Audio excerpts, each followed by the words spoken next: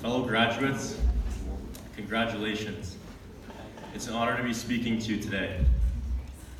Mr. Hamilton, ODSS staff, and teachers, thank you for believing in us, challenging us, and supporting us over these last 4 years, and preparing us for whatever the future may hold.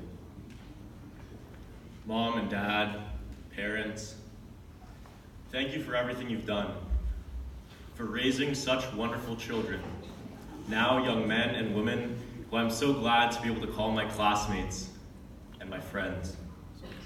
The people we are today are far from who we were when we first entered ODSS.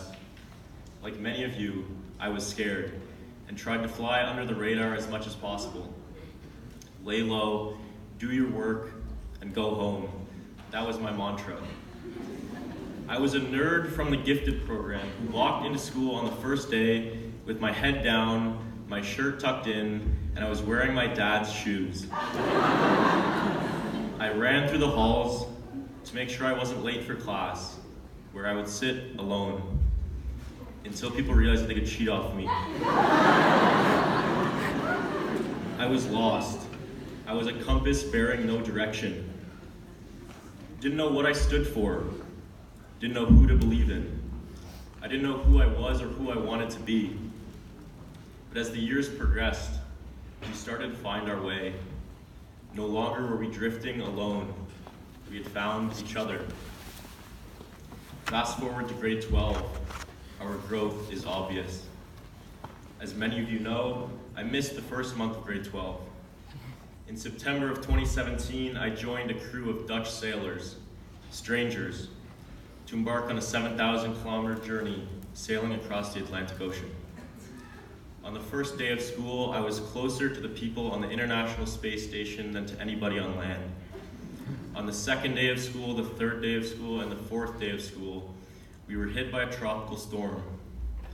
Gale force winds ripped our mainsail in half, and as the freezing Atlantic water flooded the deck, I accepted that I might never make it back home.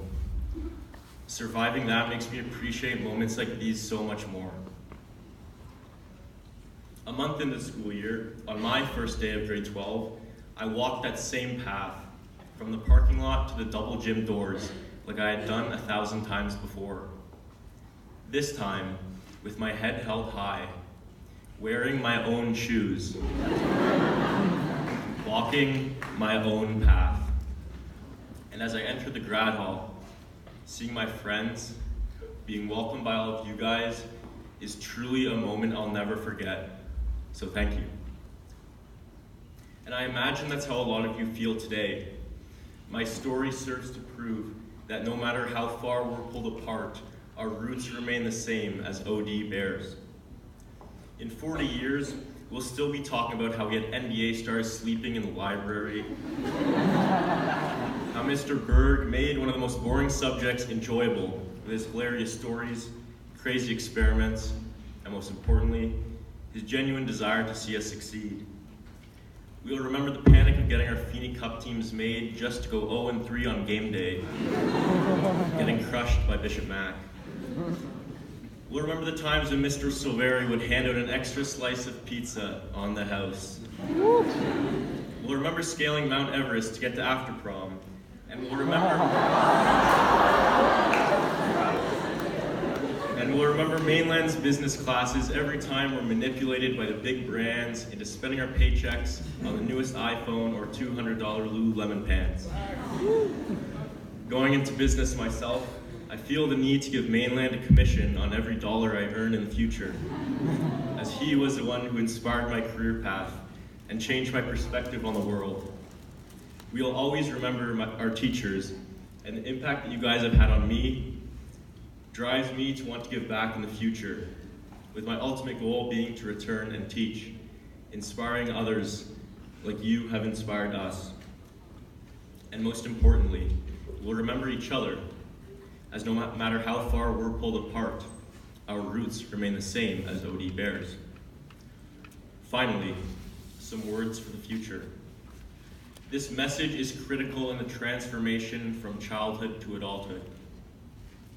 It will be a hard thing to hear and an even harder pill to swallow. But graduates, welcome to the real world.